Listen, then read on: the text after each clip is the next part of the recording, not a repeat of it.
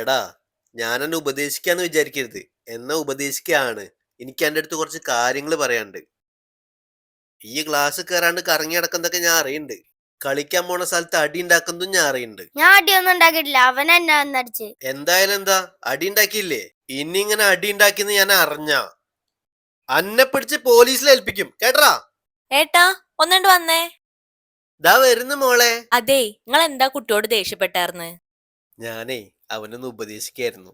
ആ, ഇനി എന്തായാലും അതിനെ ചീത്തൊന്നും പറയണ്ട, അതൊരു പാവല്ലേ. ആ ശരി.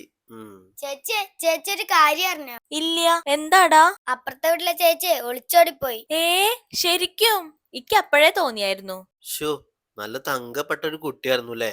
അതും പോയി. തങ്കപ്പെട്ട കുട്ടിയോ? അവളോ? ഞാൻ വെറുതെ പറഞ്ഞേ ഉള്ളൂ, അത്ര തങ്കപ്പെട്ടൊന്നും അല്ല. അത് മാത്രല്ല, ഇവിടുത്തെ എല്ലാ ഏട്ടന്മാരനായിട്ടും ആ പെണ്ണ് ഫോൺ വിളിക്കും. ആരനൊക്കെ വിളിച്ചെന്ന് ആർക്കറിയാ? ഈ എന്താ ഇന്നെ നോക്കി പറയണ്? ഞാൻ അത്രക്കാരനൊന്നും അല്ല. ദേ മനുഷ്യ, നിങ്ങളുടെ ഫോൺ ഇങ്ങോട്ട് തന്നെ.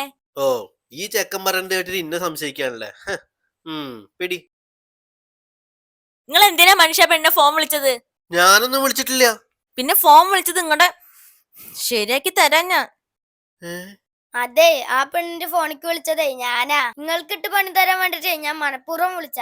Flash back. അന്നെ പിടിച്ച് പോലീസിൽ ഏൽപ്പിക്കും, കേട്ടറാ? ഞാൻ അങ്ങനെയൊന്നും ചെയ്യില്ല. ഇപ്പൊ തന്നെ ഞാൻ അവനെ വിളിച്ച് സോറി പറയാ. ഇക്കാ ഫോണൊന്ന് തരുവോ?